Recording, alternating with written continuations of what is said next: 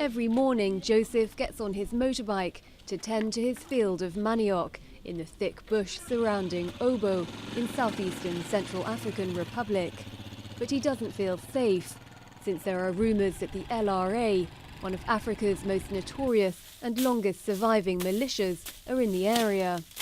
The rebel group Lord's Resistance Army emerged in Uganda in 1998 as a fanatical Christian movement headed by Joseph Kony.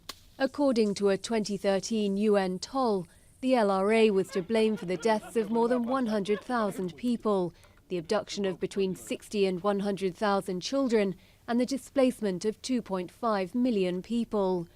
But in 2011, the militia began to be rolled back by a force of 2,000 Ugandan troops, supported by about 100 US military advisors based in Obo. We've been worried about LRA attacks since 2008, which are often threatening us, and they continue to threaten us. Last March, the US military announced that the LRA had been reduced to irrelevance and wrapped up its side of the operation. A month later, the Ugandan army began withdrawing its troops. But in the absence of the state in this strife-torn region and the lack of a UN mandate to fight the LRA, the threat still remained.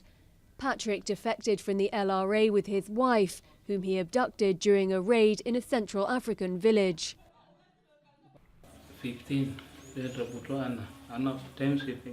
I was abducted at the age of 15, brought to Congo, South Sudan, Chad, Darfur.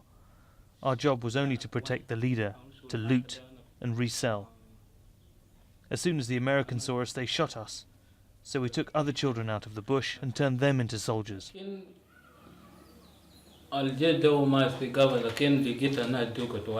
Many fighters like Patrick defected or were killed, but since the US troops' departure, the Central African territory seems to have become a refuge for the LRA remnants, who are today divided into 3 groups.